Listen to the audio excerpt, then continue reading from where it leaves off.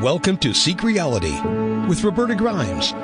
Joyous conversations about what the afterlife evidence and modern science combine to tell us is true about our one reality. You have nothing to fear. You are eternal and you are perfectly loved. Knowing the truth changes everything. Now, here's Roberta. Welcome to Seek Reality. I'm Roberta Grimes, and I'm so happy you're with us today. There are so many wonderful people working in the field of afterlife research and education that in our whole more than decade-long history of Seek Reality, this is surprisingly only our second visit with someone who is a prominent and respected second-generation afterlife researcher. His father, as well as Mark himself, have both played prominent roles in the field of afterlife research. Mark Ireland is the co-founder of Helping Parents Heal, which is an organization with more than, I can't believe this, 26,000 members now. I remember when they started. It assists bereaved parents worldwide. Mark has participated in mediumship research studies conducted by the University of Arizona, the University of Virginia, and he currently operates a medium certification program. He's the author of Soul Shift and The Persistence of the Soul, and he's the son of a prominent 20th century psychic medium, Richard Ireland. Mark was our guest just once. I can't believe we only had him on once, close to a decade ago now, but we're delighted to have him back with us again for the reissue of The Persistence of the Soul. Mark, welcome. I remember when Helping Parents Heal was founded, and I thought it was such a great idea, and the people involved were so classy about it. They did everything right because, the hardest thing really people can go through is the loss of a child, and they handled it all so sensitively. The people involved, as I say, were so classy, and you were right there at the start. Yeah, it's interesting how it all came together. But if I go back to late 2009, early 2010, I was doing a workshop with a medium friend, Jamie Clark. And during a break, and I was promoting my first book, Soul Shift, at the time.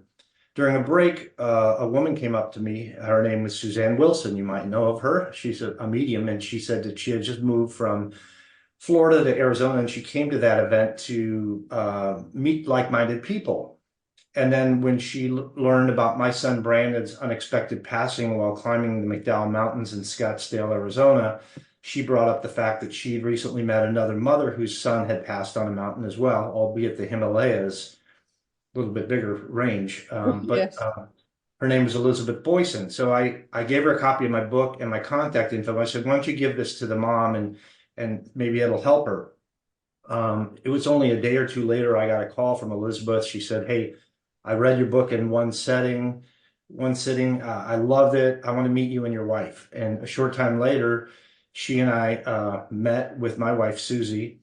We chatted, and then Elizabeth told me she had founded a Facebook group for bereaved parents. It was called Parents United in Loss. And she said she was about to have her first ever in-person meeting and wanted me to be the inaugural speaker. So I said, sure, I'll do that. So a week or two later, we got together and we had maybe 30 or 40 people there. It went well. Then she started having these meetings on a monthly basis, and I'd come to them when I could.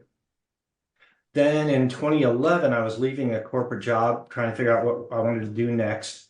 And another medium friend, Tina Powers, said to me, Mark, I think your real mission in life is to help other parents who have been through the same thing as you, and you might want to consider starting an organization. So then I thought, why reinvent the wheel? Elizabeth has a good format here for running group meetings, but she doesn't have a website or a newsletter, and she's only one location. So I called her and I said, hey, would you want to partner with me? I'll help you set up a website. We'll put a newsletter out, and then maybe we can blueprint what you do in your meetings, and we'll get other affiliates to pop up in other locations. And lo and behold, she's like, yeah. And I said, maybe we could change the name to something like Helping Parents Heal. And she says, I love that name. So that's how it started. And the initial board was comprised of people that were coming to that first meeting, a handful of them that were interested enough to carry on. And like you said, today we have 26,000 members, 165 affiliates worldwide, and we have a conference every other year in Phoenix. This time, it was last time as well. In August 24, we'll have it, and we'll have 1,000 people there attending. I think it's just great. What I remember about it, and I've been to, I think I went to a couple of their inaugural meetings, but what I remember about it when I first saw what they were doing was how sensitive they were to the fact that all these parents were healing differently. They all needed to be handled differently, handled sensitively. Everybody has a different story, and um, everybody else expects parents to kind of get over it, you know, but you don't really get over it. Yeah. I think the reason we even exist and we've flourished is because we're the only group of our type that allows the open discussion of spiritual experiences and afterlife evidence. And that's one of the key healing factors. Not the only one. We're not saying to replace therapy with that, but in addition to therapy, in addition to meeting other people who have been through the same thing, and getting support in other ways and some other things as well. We think it's a huge differentiator. And as an example, at our last conference in 2022, we had 900 people, and the hotel that hosted it, the employees were worried. They were afraid it was going to be a real downer. Oh, all these bereaved Yes. parents. And by the time we left, they were like, "You were the best group we ever had. We couldn't believe how upbeat the energy was." And really, Right. that was a product of having all those folks together, making new friends who could relate to them, and also hearing the talks of many people who, whether they were near-death experience people, like Dr. Mary Neal, or whether they were mediums that were giving demonstrating evidential mediumship, or all these different things. And then the other thing was, our group is largely comprised of women because in general terms, men tend to hide their emotions and don't want to talk and don't want to engage. But at that conference, a lot of the women brought their husbands or boyfriends with them. So those guys were exposed to this and that healing that took place in them. And that kind of became a catalyst for another subgroup we have called Helping Fathers Heal, which took a long time to really get going, but now it's really steaming along. So I think that's another important aspect of the group's mission. Yeah, very important indeed. But no, I think it's just a wonderful thing because if people are not allowed to do it their own way, and if people are not allowed to explore the possibilities of life after death, for example, or ask what some might consider are impermissible questions, it's harder for them to heal. Yeah. What's impermissible? I call it the hope element, Yeah, and absolutely. if people just think we're just a biological robot and there's really no meaning to anything, and then when you're gone, and the brain equals mind, that's a pretty gloomy, nihilistic perspective to take. So Yeah. if you really look at the evidence and a lot of people's personal experiences, there's something to be explored. There's something to give people hope for sure. And it comes in a variety of ways. Like I said, near-death experience phenomena, mediumship, after-death communications, dream visits, all kinds of things. No, I absolutely right. I think you all do it just right, which Yeah, is thank you. which is very it, if you didn't exist, we'd have to invent you, Well, I basically. have to give credit to Elizabeth Boyson and Irene Vuvalides because they're really the backbone of the organization. They do it every day, every week, all year round. It's gotten to the point where we really need them to consider delegating because they're working crazy hours doing this. But it's their personal touch. They have a desire to really have an individual personal touch to the folks who are in need, and it works for really, really well. Uh, so I'm glad that we've gotten to the point we are and we're helping as many people as we are helping. Yeah, no, that's a wonderful thing. So what is it that you do? You say you're still working? Yeah, I work full time. I'm in a field of visual merchandising for retailers. Nike in particular is my client, but that's what pays my bills. I'll probably work for another year or two, something like that. But in addition, I'm writing the books. I'm chairman of the board for Helping Parents Heal.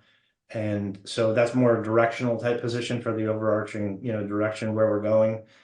I do music too, as evidenced by these guitars back here. So Oh, okay. Oh, is that why they're there? I thought that was your cheering section. I wasn't sure. no, I write songs. In fact, I've got a spiritual song that I've shared with other people they really like called What You Can't See. And it's really all around consciousness and some of the stuff we're talking about. Uh, But if anyone wants to check it out, when they go to my website, there's a link on there for Mark Ireland's music, and you can check that out for free. I mean, it's on Spotify and Apple and all those too.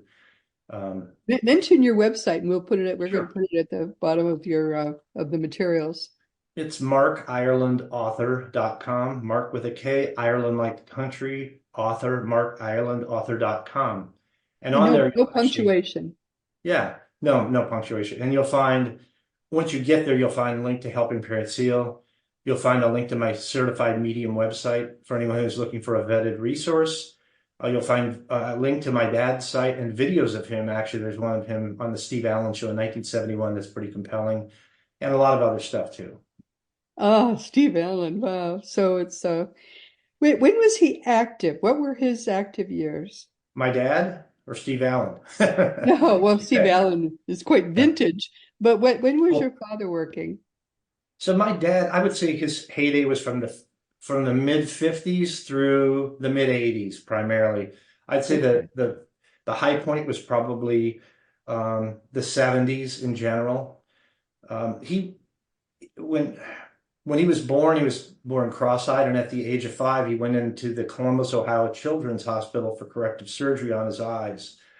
After the surgery, they had his eyes cupped and bandaged, and they actually strapped him down to a bed because they didn't want him to mess with the bandages. A nurse came by and felt sorry for him, and he asked if he could be released, and she said, "Okay, but you have to promise not to touch the bandages." He agreed. She went on about her rounds, came back to catch him throwing a ball against the wall and catching it, and she thought he'd taken the bandages off, but he hadn't.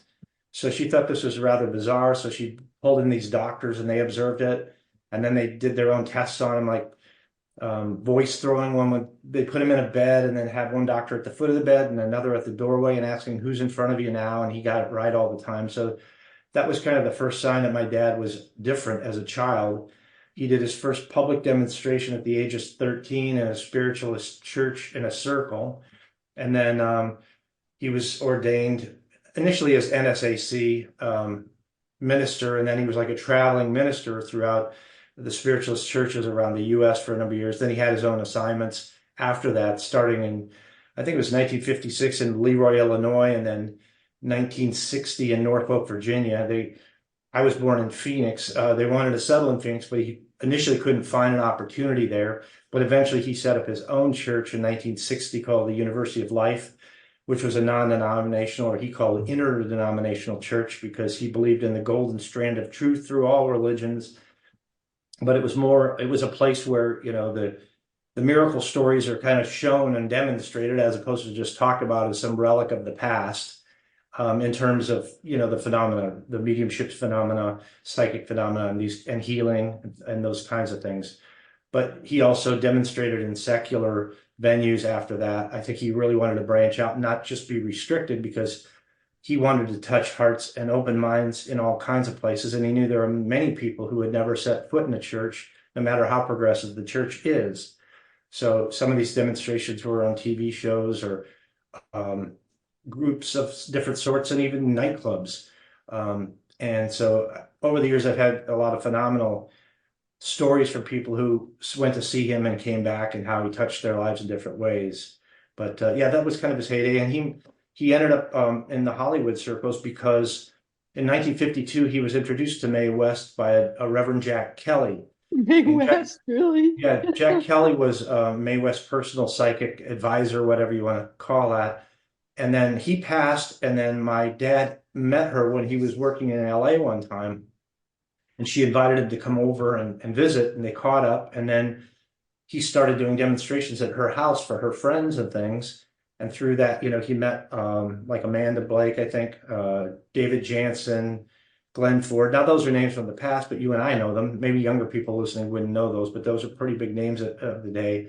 He was on Right. the Merv Griffin show. He was on Diana Shore. He was on Steve Allen show. And that's the one where I have clips of. But I got to meet Mae West when I was 19, which was pretty cool. I got to Yeah, tour her wow. apartment. It was 1978, and it looked like inside her apartment was still 1928 or 1929. Right, right. Oh, very vintage.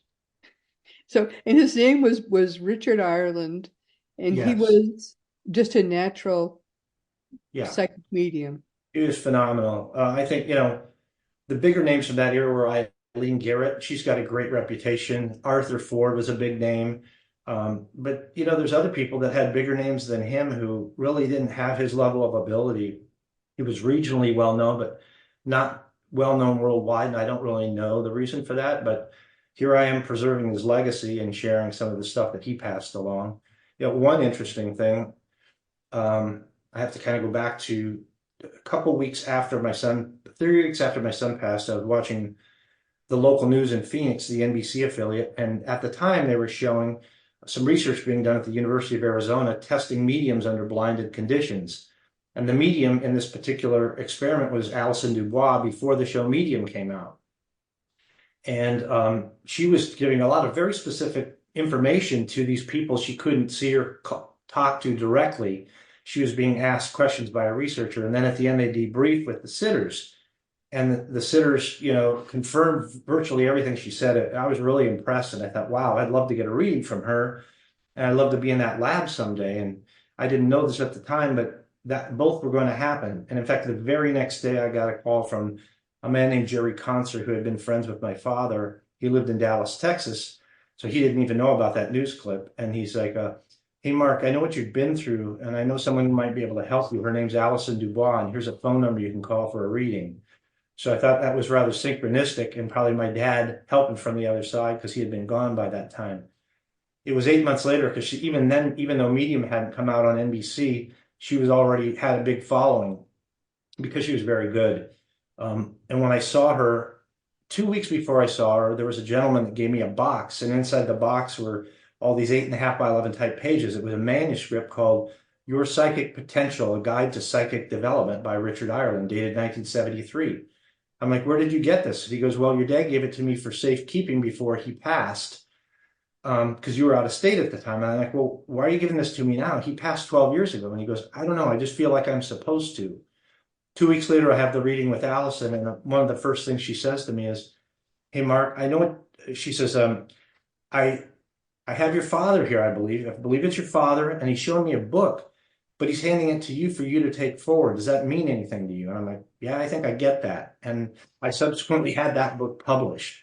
So that's one of the ways I've been able to help preserve my father's legacy, and kind of an interesting Wow. twist. Wow. Wow. Amazing. Gives you shivers. So, when did you first realize that you had the family gift? Well, I've never really focused on being like my dad. I've never been a practicing psychic or medium. My experiences have been more sporadic. I'd say I had a pretty compelling one at the age of 18, but it was actually through a dream. I was dating a girl at the time, and I had a dream that she is dating another guy, and it made me jealous. So the next day I said to her, I said, hey, I had this weird dream about you last night. She says, well, tell me about it. And I said, nah, it was just a dream.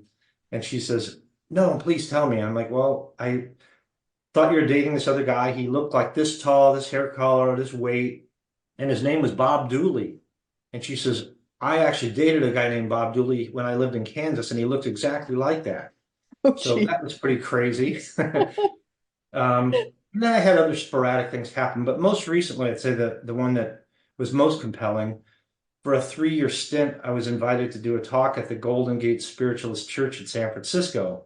Now, this church was founded in 1924 by a woman named Florence Becker, who I had been told was very similar to my dad in her abilities. She passed in 1970, I think it was. So I would go there and do a talk. I'd bring a medium friend, Tina Powers, and she would give readings to the congregation. But Tina insisted that this time I was going to get a message to share with the congregation. She asked if I would share it, and I said, sure. She kept hounding me about this over and over. Even the day we walked into the church, she's like, Mark, if you get a message, do you promise to share it? And I'm like, yes, I'll share it, Tina. So we got there about 30 minutes before I was to talk. And then I got up and I'm sorry, I went in their healing room before my talk just to kind of quiet my mind and meditate a little. And while I was sitting there on the bench to a piano or organ, a name popped in, Max. And then right after that, Maxine. I thought, oh, maybe it's Maxine, not Max. But I didn't hear that name and I didn't see the name. It came like an idea or just a thought would pop in, you know? And so I did my talk and I finished. And then at the end, I said, well, Tina made me promise if I got anything, I'd share it with the congregation. And I have to ask, do the names Max or Maxine mean anything to anyone here? And the church pastor, his jaw dropped, and he's like, well, Max and Maxine were twins born to the church founder, Florence Becker. They were delivered stillborn and they grew up in spirit. Um, and he says, only a few longtime church board members even know that. It's a secret. And then afterwards, he took me upstairs and showed me a painting that I believe Florence Becker, the church founder, had painted herself. It was a landscape painting with a long winding road. He says, see those two little figures at the end of the road? That's Max and Maxine. So that was pretty crazy, but it's not like something that I have had happen all the time. It's not something I focused on doing. I think there's a number of reasons for that. One is because um, dealing with grieving people is a big responsibility. So I'd have to be extremely confident that I could do a good job and Yes. provide a high quality experience for people. It's just a lot of responsibility. And then I think the other is I'm just at a point in my life where I'm ready to switch gears and, you know, I'm still in the working world. I'm writing books from a more of a journalistic observer perspective, kind of as an explorer and investigator. The minute I say, okay, now I'm a medium, you kind of wash all that away. You can't do that anymore, you know? It's very hard. Yep. Yeah, I can't imagine taking the responsibility of being a medium. I really can't. People I have known who practice mediumship found that it took so much out of them to do it. Literal, but I mean physical energy, life Yeah. energy. No, I think it does draw from your life force to do it. There is an energy exchange that takes place, and unless you're good at recharging your batteries, and I think a lot of them have their own methodologies for that. You know, I remember Alison Dubois telling me that hers was Epsom salt baths, you know, but you have to Wow. take care of yourself too. You have to eat well and stay Yeah. hydrated and exercise and all those kinds of things too, because I think for some of them it is training. And when I've done it, like I've done test ones just to test my ability with some friends before, and I found afterward I was tired. It was just kind of wacky how it did kind of wear me down a bit. Um, but yeah, that's kind of the reason. And that's part of the reason too that I started that certification program because after my first book came out, I was just barraged by people asking for references like, who should I see? And back at that time, I knew like half a dozen, but most of them were, you know, celebrity mediums and they had long wait lists and or they charged a lot more than some people wanted to pay. So I thought, you know, there have to be other people out there that have this ability at a high level, but they're just lesser known or undiscovered. So that's why I put that program together to really vet them under a testing process to where I could say, hey, look, there's never a guarantee you're going to get a good reading, but this really increases your odds. If you go with somebody who's been gone through a gauntlet and passed, then you know you have a lot better chance. So do you recommend people? Do you have a list of people you recommend? Yeah, that's actually on. There's a link to that on my website. And what I've done, it's been 10 years since I started. Actually, it was spring of 2014, so almost 10 years ago I started it. And I developed the protocols after talking to Dr. Emily Williams Kelly at the University of Virginia Division of Perceptual Studies. They're the arm of the UVA that was founded by Dr. Ian Stevenson, who did all the reincarnation research that's now carried on today by Jim Tucker, Dr. Jim Tucker, and then Dr. Bruce Grayson was more the near-death experience expert, and then Dr. Emily Williams Kelly is married Yes. to Edward Kelly, Dr. Edward Kelly, who's a consciousness, he's a neuroscientist, but she was doing some of the mediumship research. I don't think they've done a lot of it, but a little bit. And so I was a sitter in one of her programs, and then I learned more about her methodology. And then another friend of mine who's been a researcher is Tricia Robertson with the Scottish Society of Psychical Research. And Tricia helped me kind of look at the protocols, refine them, and develop a process. So yeah, what I do is really test people. They have 5 blind readings via Zoom with no video, and they're only given the first name of the sitter at the time the reading starts. And then basically the reading's recorded, and then the sitter has to transcribe it and break it into individual statements that can be graded as correct, incorrect, or indeterminable. Indeterminable might be like a future prediction that hasn't happened, or maybe Yeah. like a piece of information they can't find the answer to for some reason. And then they can also award bonus points if something's really compelling. Like, say, if the medium said, okay, I believe you have a son that passed, and I think his name started with an A, and he's showing me pizza. Well, let's just say that the kid's name, the son had passed. Okay, that's correct. And the A name, maybe the name was Aaron. Okay, that's good. And I'll give you a 2-point bonus for that because you got the first initial. And pizza was actually his favorite foods. I'll give you a 2-point bonus for that. But let's just Wow. say that the medium says, okay, I believe I have a son that passed. I think his name was Aaron, and pizza with pepperoni and black olives was his favorite food. Wow. Yeah, correct. Son passed. His name was Aaron. I'll give you a 5-point bonus for that. So there's 2 levels of bonuses, 2-point for something somewhat significant, 5 points for something that's kind of mind-blowing or very accurate. Yeah. Wow, And great. pizza, that was his exact favorite food. So I'm giving you a 5-point bonus. So that's kind of how it works. Yeah. And then, so we chalk up all the correct and incorrect. We set the indeterminables on the side because we really can't grade them. However, if a medium exceeds 33% indeterminables, we're not calling that a good reading. So anything over that, we're calling incorrect. So the medium's got to have at least a minimum 65% accurate to pass and a total point count of 75. So the 65% would equal 65 points. And then for somebody to just barely eke by, they'd have to have that plus 2 of the 5-point bonuses, or 5 of the 2-point bonuses to pass. I'd say, I've had probably out of the 41 people that have passed, I've got probably 10 of them that have scored in the 90s. Wow. That's really good. Yeah, I mean, that they clearly have the gift. There's no way right. around that. Yep. Yeah, and if you think about it too, there's a lot of mediums that can do a good job, but under that kind of pressure, they don't do as well, or they kind of fold up, whether it's they're overanalyzing or they're just so worried about the result that under other circumstances they might do well, but in that, with that gauntlet to clear, it's too hard for them. And even the ones that passed here, maybe they scored an 80 or something, where if they weren't under that pressure, they'd probably score a 90 or 95, because the ones that they would do it and then they'd be like, after one reading, Mark, this is just so hard. And I'm like, look, you're getting in your own way. You just need to do your job and just let them share what you get and Yes, don't just worry about let it results. flow. If you start Yeah. worrying about results, it's not going to work. So my point here is that the people that passed that with all the stringent requirements in place, that's really saying something. My experience with mediums has not been good. My personal experience, and I think it's because I am skeptical. And I tell people that I say just go in with an open mind, because you can block the gift for people if I think if there's you're skeptical. one of the things I put in the book is like really how you could do a good job as a sitter. If you want a good session, there's several factors that to keep in mind.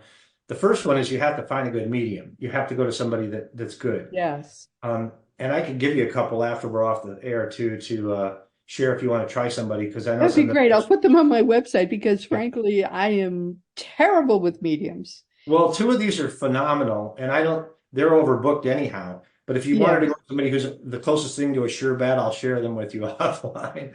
But Yeah. they're super busy. But so the first one is you have to get somebody who's good. Number 2, you want to be friendly and have a positive energy, and you want to have an exchange, but you don't want to give away information. It's That's fine to right. confirm, like, yes, that's correct, or no, but don't elaborate. Like, oh, yes, my son died on this date and he had this Yes. condition. Yes. Just Yes. shut up. Don't do that. That's You right. know, Just shut you up have to is let the very medium true. earn it, and the good ones will earn it, and they'll get there. And that's when it's compelling. When you get that kind of evidence on your own, Right. that's unsolicited, it's really something. Like you read the first part of my book, The Persistence of the Soul, and the example I give with Deborah Martin, and that case where my friend Linda in Sacramento, her brother had died in a motorcycle accident. I Yes. knew nothing about him, and I went to see her that day for something else entirely, and she gave me all this information. that I didn't know to be correct and later confirmed that it was. That kind of job is just, I mean, that's as good as it gets, really. I have had good readings, and I know what you mean. It Yeah, really is so validating. I don't need it because I independently know that the afterlife is real. And yeah. but for people who don't and have lost someone they love, to get that kind of validation is so wonderful. To have a child pass and then to get a message that you know is from that child, there is no greater gift than And that. equally compelling or anything you get directly, because I've had direct things too. Yes, My yes. wife had a phenomenal ADC. I think my first experience was actually a couple of days after Brandon passed. I went into a darkened room at my walk-in closet. I had the light off, shut the door, and just quieted my mind and asked if I could have a connection with him. And within a reasonable period of time, I saw his face scroll by my mind's eye, smiling and glowing, and I felt joyful.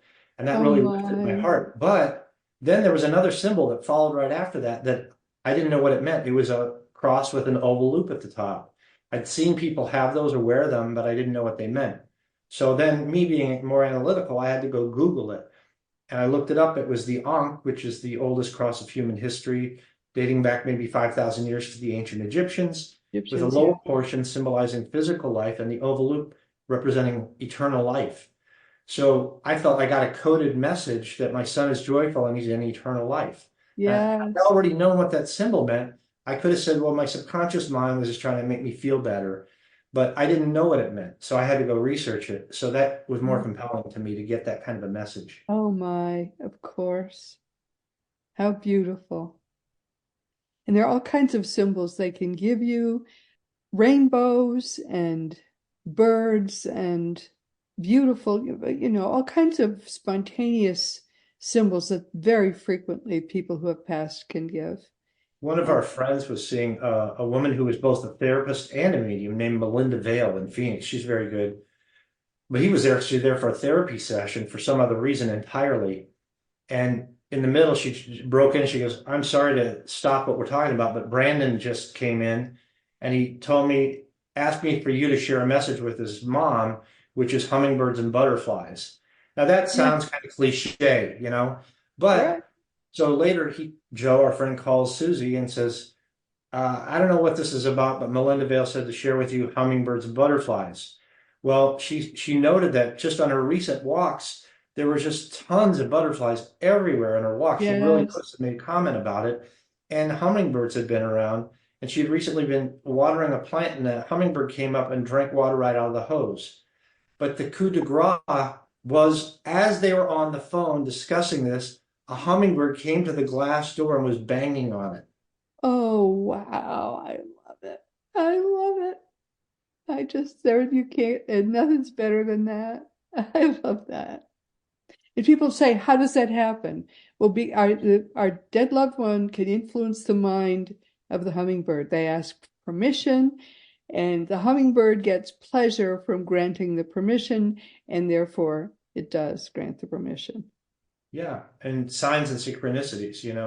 Um, Yep, one of the craziest absolutely. ones I had was on the 10th anniversary of Brandon's passing. Let's see if I could show this, if it'll even show up. It was the 10th anniversary of his passing, and I went out to lunch from work. I His nickname was BBD, and the reason for that was we wanted to name him Brandon Blake, but we had three Donalds in the family, so we had to throw back. So he had two middle names, Brandon Blake Donald, and that just became BBD over time. And remember, that was at 10 years that he had passed. So on that 10th anniversary, I was out to lunch, walking through a parking lot, and I stumbled upon this. I don't know if you can see this or not. BBT. All Oh, look right. what else is there. Oh, oh, oh, oh, 10. Oh, look at that. BBD 10. That's the Ah, 10th anniversary. perfect. It Yes, wasn't just his initials, it was the time he'd been gone as well. of course. What are my odds against, what are the odds against chance of that happening and me And seeing how it, did even if there he was such a license manage out to there? make that appear right there? Yeah. I think it Oh, speaks to the difference between this realm of existence and the next one, where, maybe there's really our concept of time isn't really that's reality. it. That's Yeah. exactly right. Time and space We, are not the same properties on the other side. yes, yes, yes, exactly right. We, so amazing. Yeah. Yeah. We have Mikey, our dear friend who does a lot of sort of tricks for our listeners, has told us that the reason they can do all those tricks with license plates and things is that their realm is timeless, ours is not, so that they can make things show up for us Hmm. here by manipulating time there. That's the And only they do it. rational That was sense I his can make out of explanation it. anyway. Yeah. That's the only thing that makes sense to me, really. I don't think that like that license plate just manifested in that spot, It was out there and it was just coordinated so that that driver was there at that time and I happened to notice That's it. something. Yeah, of course. And right, they direct your attention to it. I love it. So great. Oh my goodness. Can you believe we almost run out of time here? Well, you said you're going to have me back on, so we'll save some discussion points Oh for yeah, next we'll time. have a lot more time to talk, but I just can't believe we've just chattered our way through almost an hour. What do you want people to take away from our conversation today? Which we've talked about so many things, but what do you want people to take away from what we're saying? I guess the main thing is just to live a happy, hopeful life. And if you encounter grief, that, there is more than what we see here in this physical realm. And the mind is more than the brain.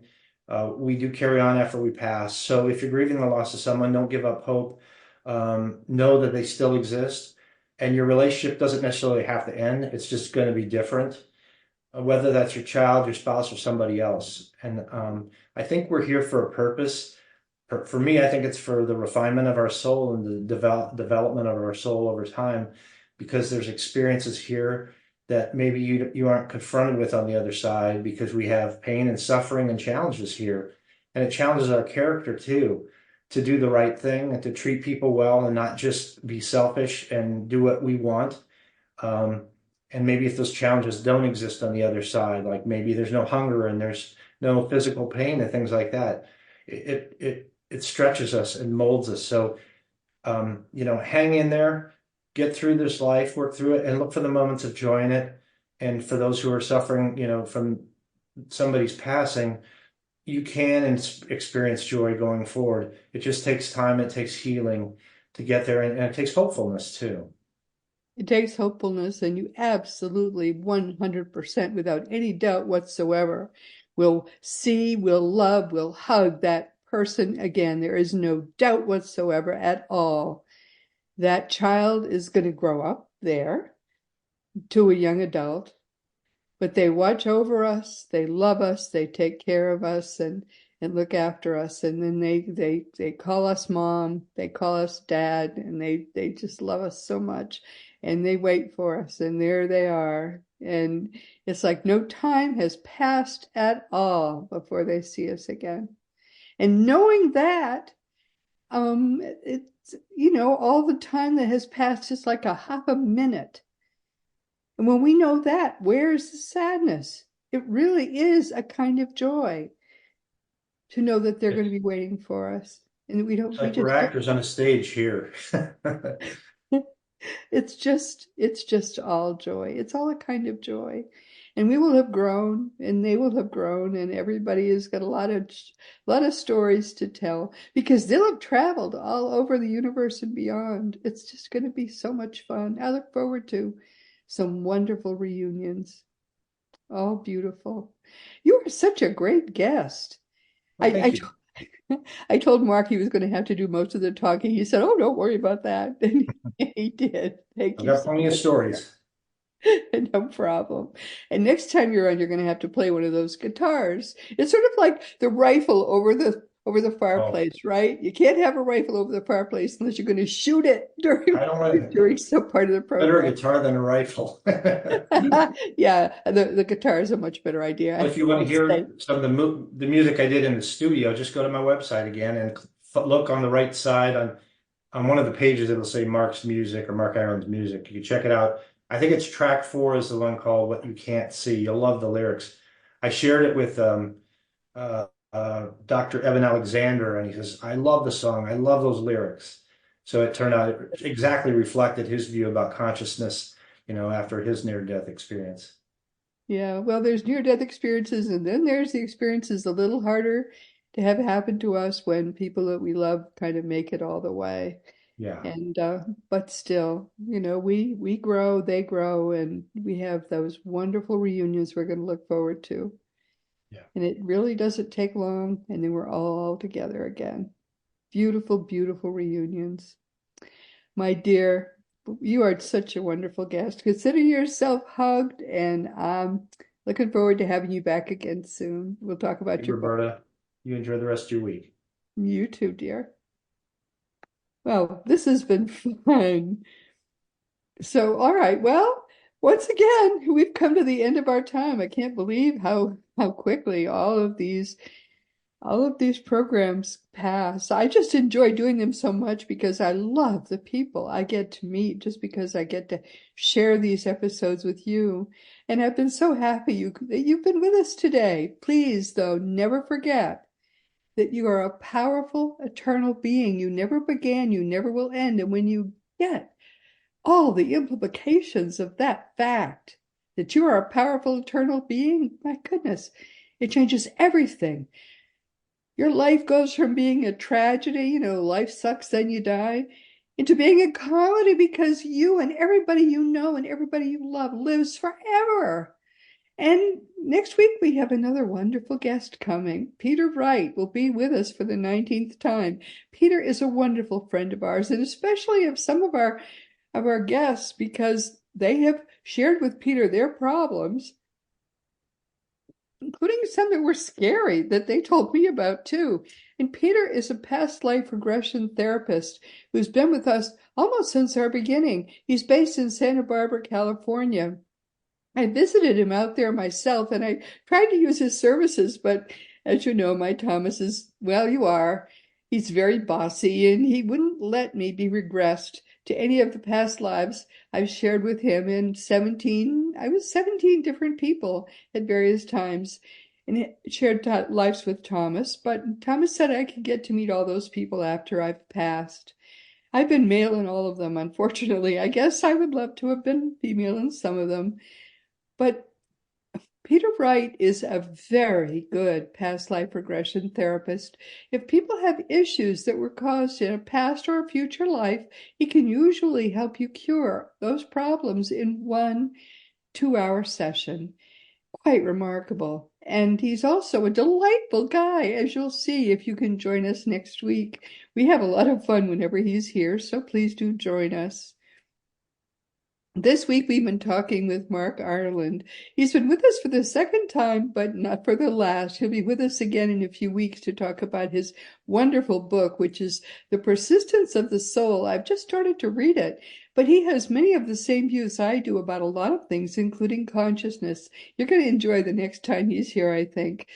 Mark is co-founder. Oh my goodness, I think my cold is coming back. Sorry.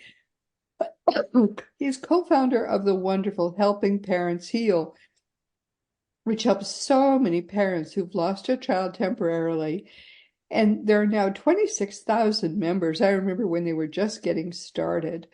And what they do is to help people using a lot of different methods to cope with the loss of a child, and then help them to go through the grieving process. They do every second year, they do a wonderful, now it's going to be 1,000 members. Wow, when they meet this year, look into them if you know someone or if you yourself have lost a child, because they really do empower people to go through the grieving process and then to move on with their life in this life while their children grow up there, and they go for moving towards such a wonderful reunion when everyone gets to meet on that distant shore. We're going to have Mark back again soon because I thought, frankly, that he was wonderful this week. And now, of course, it's time once again to mention that Seek Reality Online is your one-stop resource for everything afterlife.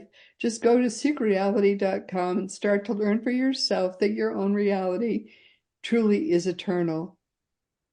Teachingsbyjesus.com also is your single resource for all the beautiful divine truths that are brought to us now in perfect love by the greatest teacher of all, Master Jesus. Now it really is his turn. As the religion that he didn't found finally dies, Jesus is at last able to teach you what is in the Bible, but that the religion does not teach you. Jesus' truths are the true divine truths, and he can finally at last help you to help them to come alive in your life and in the lives of all the people you love. Now, I think you know what my books are by now, so I won't recite them again, but except to tell you that the most recent book is The Fun of Growing Forever. I'm so sorry. I think I'm losing my voice for real this time. The Fun of Growing Forever. And then finally, The Fun of... I'm sorry, I really can't do this. The Fun of Loving Jesus, Embracing the Christianity that Jesus taught. He actually did come to teach us something entirely different from the religion that bears his name. And that is what he called the way. The way is now, I think, about to dawn in the world, and it is quite a wonderful way of living, which we are about to begin to teach people using the Fun of Loving Jesus, Embracing the Christianity that Jesus taught. If you'd like the book, and if you can't afford to buy it, I'm happy to send it to you for free. Just let me know. You can order all these books through bookstores or on Amazon or Barnes & Noble or wherever books are sold. And all the adult books except the last are also available as audiobooks. If you want to talk to me about anything, of course, you can always just go to the green contact block on robertagrimes.com and just email me. Only be sure to give me your email address correctly, or my emails bounce, and that makes me sad. I'll get through this. All the more than 500 past episodes of Seek Reality are available wherever audio podcasts can be found, and you can listen to new audio episodes each week with the Seek Reality app that you can find wherever apps are found. You also can see new video episodes each week on Roku or Fire Stick, YouTube, and elsewhere. Meanwhile, this has been Seek Reality with Roberta Grimes. Please enjoy. Please make the most of the coming week in our one reality, always knowing that you are a powerful, eternal being, and you most of all in this entire universe. You, please understand and believe, my darling friend, you most of all are perfectly, eternally, wonderfully loved. You've been listening to Seek Reality with Roberta Grimes. Roberta blogs and answers questions at robertagrimes.com. Join us every week as we explore what the afterlife evidence and modern science combine to tell us is true about the one reality we all share. Knowing the truth changes everything.